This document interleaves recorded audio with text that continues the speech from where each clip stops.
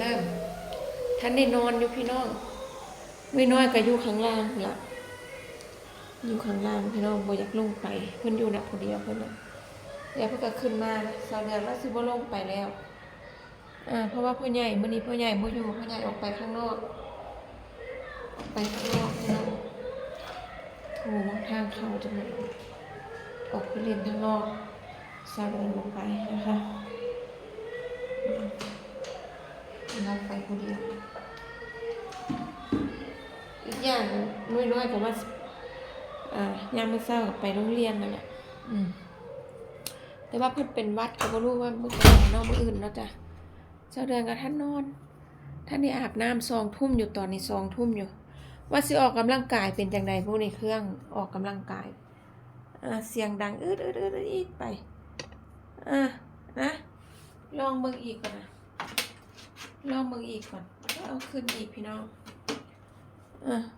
อาทิตย์ตั้งขาโทรศัพท์ขึ้นอีกจักหน่อยนะคะสั่นๆจักหน่อยเป็นจังใดบุเครื่องเพิ่นก็ได้ เฝ้าไปเด้ลองเบิ่งกันนะค่อยๆเบิ่งเมื่อกี้นี่บ่ได้เลยเด้หมู่เจ้าเสียงเขาเพิ่มขึ้นไวเพิ่นบ่มันสิได้ยินเสียงตีดๆๆๆน่ะเสียงตี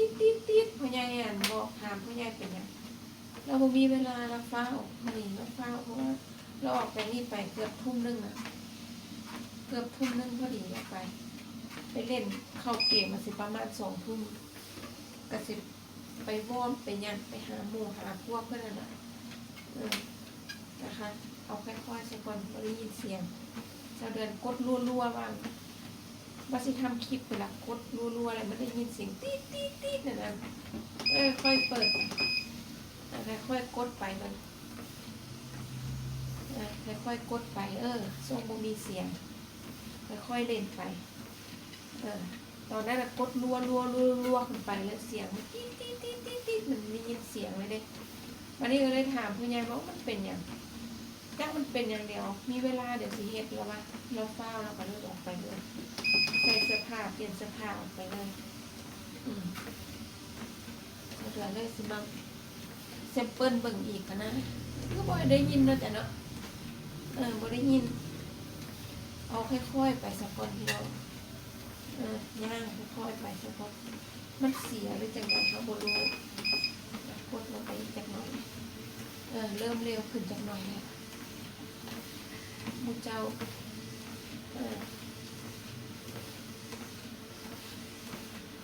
ลองเบิ่งก่อนนะไม่น้อยก็เล่นอยู่ข้างล่างนั่นแหละเล่นอยู่ข้างล่างเสร็จแล้วมาออกกำลังกาย2 ทุ่มออกได้อยู่ออกสัก10 นาทีก่อนอาบน้ำนะตอนนี้2 ทุ่มอยู่ก็เลยออก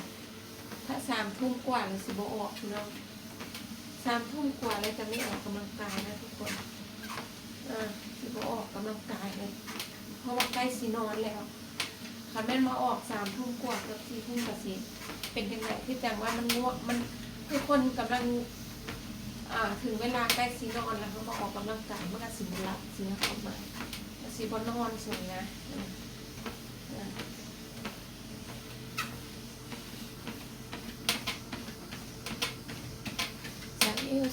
ใส่เอวแบบนี้ไปพร้อมนะคะ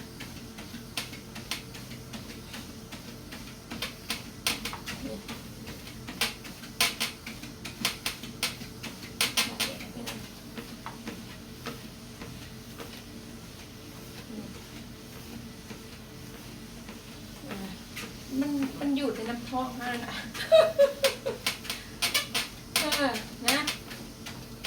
ปัญหามันจะอยู่หน้าท้องนะพี่น้องเลยยากๆคือว่าท้องอยู่หลายยากอยู่แต่ว่าก็พยายามอยู่มีความพยายามอยู่เพราะว่ามันเด้งขึ้นอีกจังเลยบ่ได้ยินเสียงพี่น้องเพิ่นเห็นเร่งไปเท่าละหน่อยเนาะจัก1 นาที2 นาทีเขาก็ตีดขึ้นนะทีแรกเสาเดือนมาเล่นแล้วล่ะทำคลิปไปได้2 นาทีทีนี้กดรัวๆให้มันเร็วไปเลยนะอยากเร็วเพื่อเดียวสตาร์ทเร็วไปเลยบ่แม่นเนาะเสี สียงมันดังตีตีตีตีคล้ายๆมันเตือนมันว่ามันเสียโมเมนต์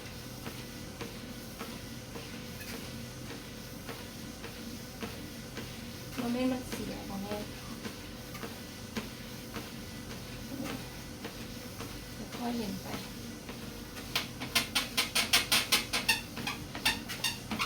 เล่นไปนำทั่วเนาะเล่นเอาไปไอ้ทั่วเนาะพี่น้องระวังกันแล้วกันยันง่ายเงือบแขนเสื้อมันเป็นอย่างซี่เลยพี่น้องเบ้าสุขิบรถเสื้อกันแล้วมันสิติเลียมองข้างนี่มันสิโซ่ไหล่ข้างนึงเบ้าสุขิบเพราะว่าลังเทือกับต้องลงไปลังเทือกับปล่อยเนี่ยนะลงลังเทือกับจับมาทันแบบนี้เสื้อมันเป็นทรงเนี่ยหนูเลยพี่น้องแล้วนะคะทรงโซ่ไหล่ข้างนึงแล้วว่าก็มักได้ใส่สบายได้จ้านี่แต่พูดถึงสุดแล้วใส่สบายพี่น้องเบาสบายบางในมุกเจ้าโมฮ้อนเด้เป็นผ้าเป็นผ้าแบบผ้าโมฮ้อนผ้ายืดสั่งอีกเยอะจะเอาสีม่วงเห็นไหมแล้วสีม่วงเลยมุกเจ้ามันมีแค่2 สีนะก็สีม่วงกดสั่งไว้เลยเดี๋ยวสั่งอีกรอบนึงใส่ดีพี่น้องใส่ดีแต่ว่ามันจะมีคอเสียที่ว่านี่ทรงเสื้อมันจะตกไหล่แบบนี้นะทุกคนนี่มันจะเป็นของมันแบบนี้ตกไหล่โซ่ไหล่ข้างนี้มันโซ่ไหล่แต่ว่าข้างนี้มันเป็นมันหรอกมันเป็นข้างนี้โซ่ไหล่ข้างนี้แต่บอกเป็นย่างโซ่ไหล่แล้วบอกถึงว่าโซ่อกไหล่อย่างนั้นนะคะ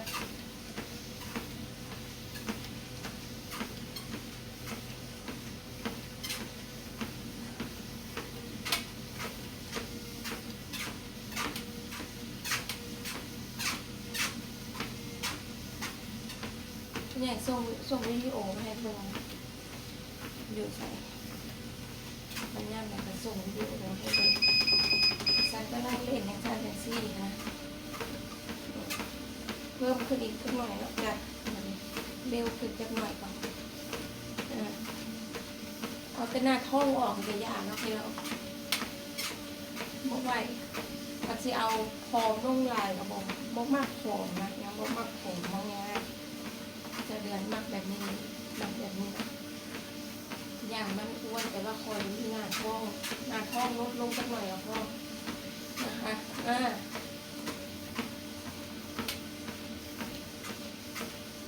รุ่นลายมันมากยังไงอายุลายแล้วพอมันลงสักหน่อยพ่อ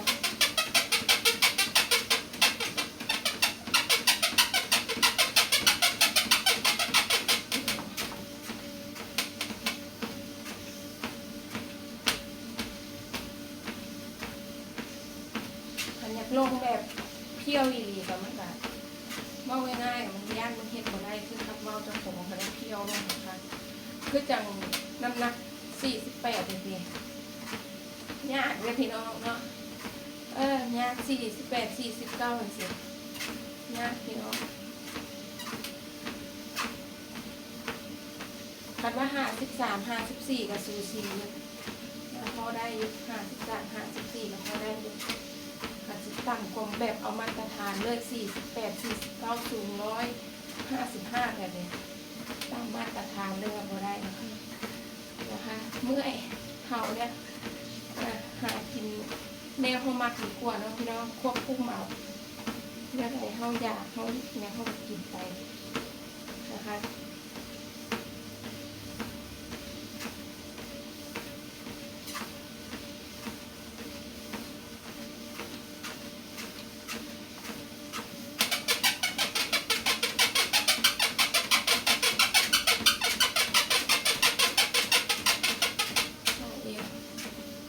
มุนได้เบิดกับแบบมุนได้เบิดเลยแบบจับอันนี้ไว้แน่นๆใส่เลยได้อยู่ก็อันนี้ก็ฮ้อนได้มาซื้อออกไปเรื่อยๆให้มันออกนะคะ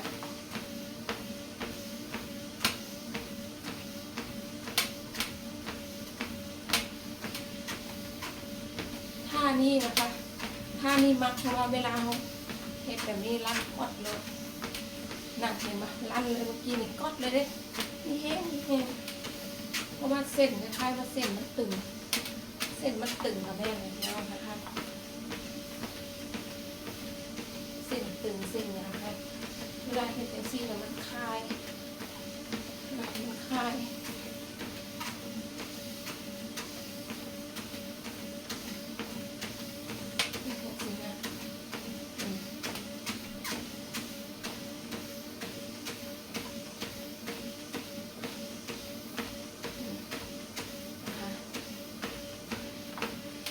เริ่มออกให้หมดเจ้าเลยเพราะว่า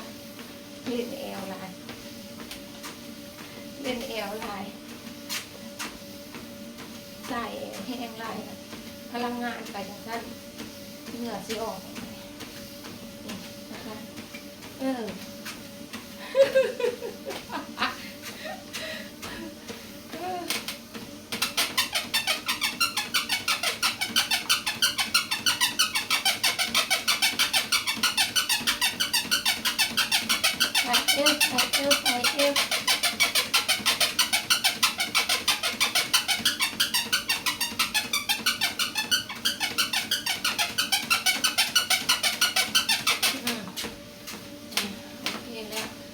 เอาไปเสด็จเวลาพี่ละน้องไปพ่อสกอนพี่น้องนะ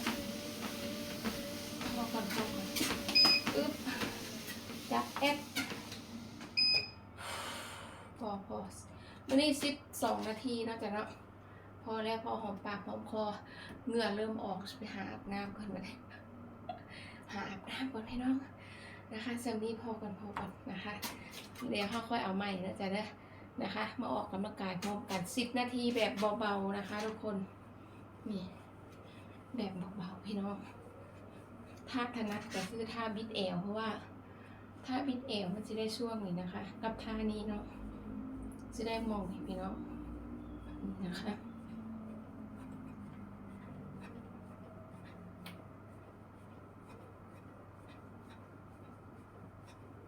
นี่นะคะจะได้นี่วันนี้ลาพี่ละน้องไปก่อนคลิปนี้นะคะสวัสดีพี่น้องจ๋า